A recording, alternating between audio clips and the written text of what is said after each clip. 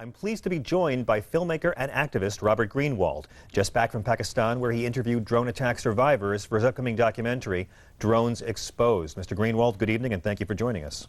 My pleasure. Before we begin talking about drone warfare and your upcoming film, I just want to ask if you see any connection between the drone war against al-Qaeda and this kidnapping attempt by an al-Qaeda-linked group in North Africa. Well, unlike other folks in this realm, I like to stick with the facts. And we don't have any factual information about that particular attack and what caused and motivated. But what we do have facts about is that the drones are alienating, creating enemies, and serving as recruiting tools for al-Qaeda and Taliban all over the world. And there's data about that, there's information about that. So I'm sure one day we will know specifically about this incident and whether it was related to a drone attack. You know, again, remember that the Times Square bomber was there because of drones. So it's having a widespread and continuing impact in ways that is going to come back to haunt us for years and years and years. It does seem like a form of instant blowback, that the more we try to take out America haters, the more new America haters we create. How long were you in Pakistan, and what areas did you visit? When I was in Pakistan, I was in Islamabad. Unfortunately, the security is such that I wasn't able to go out into the so-called tribal areas where the drone attacks are.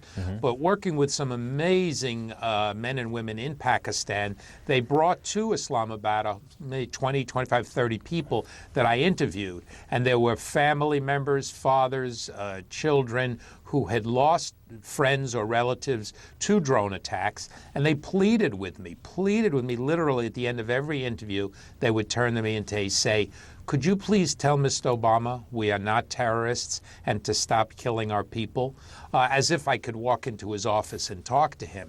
But over the time that I was in Pakistan, and I talked to politicians, I talked to a psychiatrist who runs a hospital where he tells stories of people literally having to travel 8 hours to get any kind of mental health because of the drone attacks.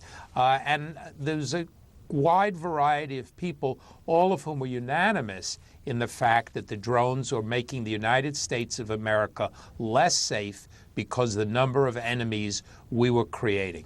I gotta say, in the footage we just showed from you making the film, you are being greeted warmly, and it's worth remembering that Pakistan is still officially a U.S. ally.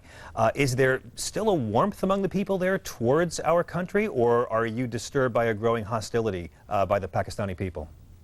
Well, the people I met with, and again, you know, one doesn't want to overgeneralize, but the people I met with in the investigation work for the film could not have been more gracious. These were people, you know, a man held up a picture of his 65, 70-year-old mother, and he said, look, she was killed by a drone. She's not a terrorist.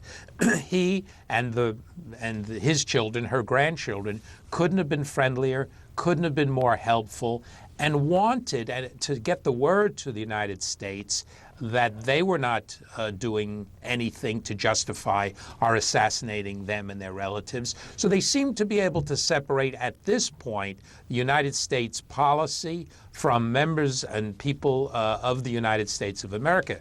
But as Imran Khan said to me, who's a presidential candidate of Pakistan, he said, yeah, there are some, let's say, 100 fanatics in this tribal area.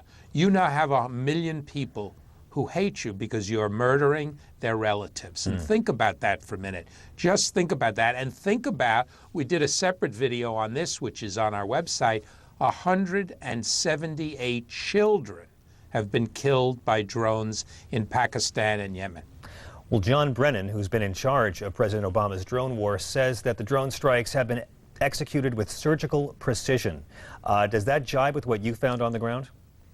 No, that's a disgusting statement. They've not been executed with surgical precision, although maybe a terrible hack surgeon, if that's your definition. But there are numerous people, numerous incidents of absolutely outrageous civilian casualties. And the other thing that we must understand is, even if the drones are technically accurate, and there may be some question about that, how are they getting the information as to who to attack with drones? Well, their ex-Pakistani military are bribing people in the provinces to give them names, and that's how and who the drones are being directed at. And just like in Guantanamo, people are turning in folks who they have grudges with or who they're enemies. So we really must think about that. These, these incredible instruments flying from the sky, attacking and killing, are based on a neighbor turning in someone in another village because they have a grudge. And sadly, bribes leading to bad intel are all too familiar in this long and destructive conflict. We've only got about 20 seconds left. Do you think, sir, that whether we like it or not, drone warfare is the future of American military deployment? Well, I think we have to do everything in our power to stop it, for all the obvious reasons, morally, spiritually, and it's not making us safer. And as Americans understand that, as policymakers understand that, as we get the word out, I hope that the policy will be changed. Really quick, 5 seconds, but the argument that it keeps troops out of harm's way, does that persuade you?